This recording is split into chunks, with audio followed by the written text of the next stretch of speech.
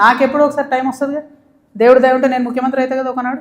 ఆనాడు మాత్రం 2014 నుండి 2014 తెలంగాణ వచ్చినప్పటి నుండి ఇప్పటి వరకు అన్ని అన్యాయాల మీద నేను మాత్రం ఆరాధిస్తాను. ఎందుకంటే ఎవరు వచ్చి బయటకు వచ్చి మాట్లాడినా వాళ్ళని దబాయించాలి, వాళ్ళ మీద ఒక కేసు వేయాలి, వారిని ఏదో అనాలి, బురద చల్లాలి అని అంటే కుదరదు. నేను అట్లా ఊరుకునే వ్యక్తిని కాదు. నేను తప్పు చేస్తే నేను క్షమాపణ అడుగుతాను. నేను కోరిన క్షమాపణ జనం బాటలో ముందుకెళ్ళినప్పుడు ఎందుకు కోరిన క్షమాపణ? నేను అదే గవర్నమెంట్లో ఉండి అమరవీరుల కుటుంబాల కోసం గట్టి కొట్లాడాల్సిందే అని నాకు మనసుకు అనిపించింది కాబట్టి నేను క్షమాపణ అడిగిన.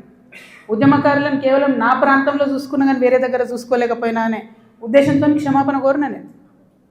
అట్లే చెప్తున్నా, నేను తప్పు చేస్తే ప్రజలకే చెప్తారే తప్పు చేసినారా భయ్ సారీ అని. నేను తప్పు చేయలే, అందుకే ధైర్యంగా చెప్తాను నేను తప్పు చేయలే. అయినా సరే నా మీద ఏదో బుర్ర చల్లాలి అంటే ఊరుకోను. భగవంతుడు నాకు అవకాశం ఇచ్చినప్పుడు మాత్రం అన్ని బండారాలు కూడా బయటికి తీస్తాను.